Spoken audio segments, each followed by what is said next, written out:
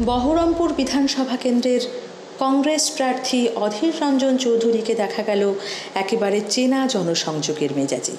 এদিন সকাল সকাল কাশিমবাজার এলাকার কালিকাপুর মোড় থেকে জনসংযোগ শুরু করেন তিনি।